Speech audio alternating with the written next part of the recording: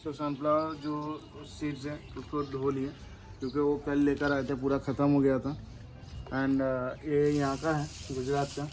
मैं तो कोलकाता से लेकर आता हूँ। तो फिलहाल एक नंबर है, अच्छा है, सीड्स खराब नहीं है। बट जब भी सीड एक नंबर देखो गाइस, एक नंबर। आप लोग भी जब सीड लेते हो तो पहले उसको धोना, उसके बाद सुखाना, उसके बाद बर्ड को प्रोवाइडेड करना। उसके पहले मत देना, डायरेक्ट लेकर आना, उसके बाद मत देना।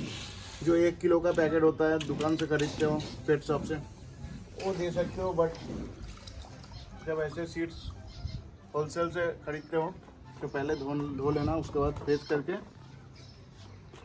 बर्ड को प्रोवाइडेड करना।